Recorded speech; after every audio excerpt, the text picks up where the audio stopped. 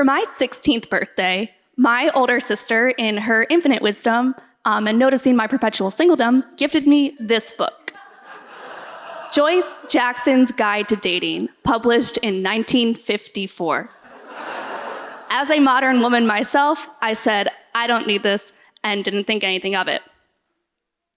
Today is exactly 11 years later, and it is my birthday. No, stop. I'm not saying it because I'm proud of it. It is my Pride and Prejudice birthday. For those of you who don't know, that means I am 27 years old, I have no money, I have no prospects, I'm already a burden to my parents, and I'm frightened. Now, you might not know, in Jane Austen, there is no such thing as a 28-year-old woman who is happy, single, and alive simultaneously. So I think it's time I start using Joyce Jackson's, or JJ, we're all friends here, her advice on our modern dating bureaus, as she calls them, and maybe I can avoid the inevitable when I turn 28. Now, JJ has some pretty obvious advice that we all know, right? For instance, hats should never be worn to formal evening engagements.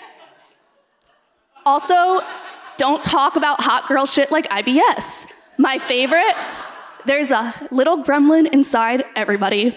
So true. But we already know this. This is not the minute stuff that's gonna bring my Hinge profile up to the next level and get me that date. First piece of advice, make sure you talk good. Give him the old razzle-dazzle with that silver tongue. Be a rizzler, maybe. And have excellent elocution. Except don't do that, because you shouldn't cuss, you shouldn't use slang, you shouldn't use cliches, but you should have a big vocabulary. And this is what elevates your profile from the banal to the excellent. We can take a look at an example. We all know the prompt pineapples on pizza, right? Boring.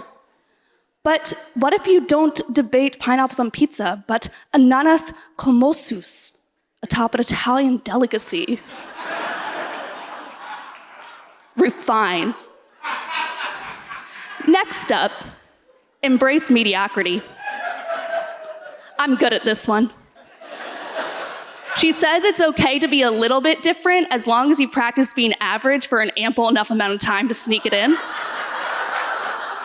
Quote, girls who are the biggest successes at dating are ones who have very average characteristics.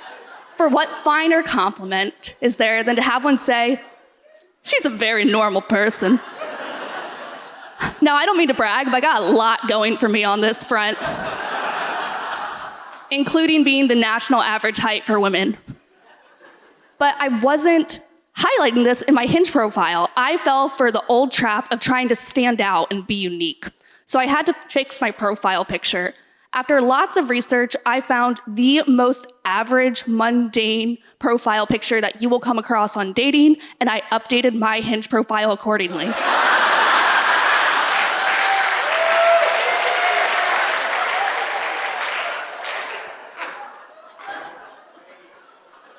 Notice that this is an afternoon or morning activity, so the hat is fine. Always be one step ahead. JJ likes to note that the man should be leading the conversation, and it is the woman's job to be interested, not interesting.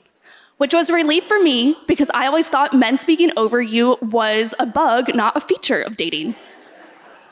But we can plan ahead for this and always take care to slip in opportune moments of fun little compliments towards them. My Pride and Prejudice girlies, if that sounds like Mr. Collins and excellent boiled potatoes, it's because it is. I'm gonna give this to you for free. If you wanna discuss pineapples on pizza and decide whether they're insane or normal, this is an entire flow chart that you can have at your disposal.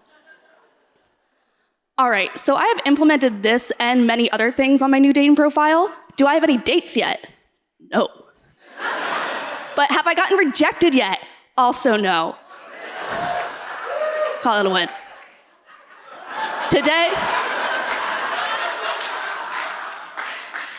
I turned 27 years old. In 300... In 364 days, I'll be 28. Will JJ stay nice at work? Countdown starts now. Thank you.